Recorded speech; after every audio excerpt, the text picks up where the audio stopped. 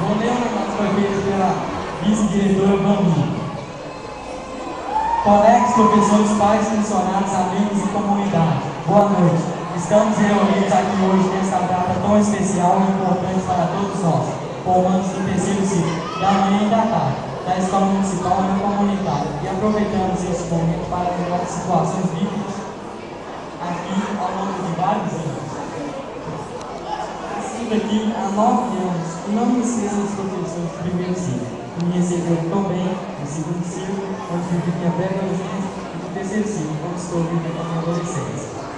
Eu, como muitos dos meus colegas, aprendi nessa escola a ler, a escrever, a participar de inúmeras atividades, aprendi a ver o mundo por várias janelas devido ao conhecimento que foi adquirido.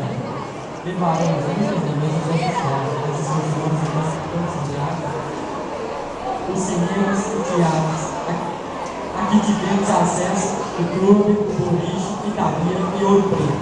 Levaremos para toda a vida também as palavras carinhosas de incentivo às exigências para que mudássemos de atitude, as palavras duras que nos fizeram crescer os símbolos.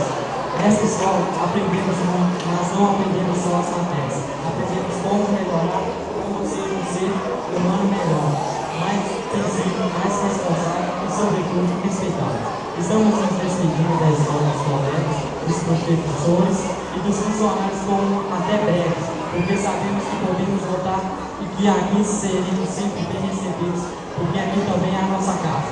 Agradeço em nome de todos os formandos, aos professores, à direção, à coordenação, aos funcionários, aos nossos pais e a Deus que nos permitiu caminhar juntos por tanto tempo. Muito obrigado, Ismael. Em nome de todos os formandos, Deus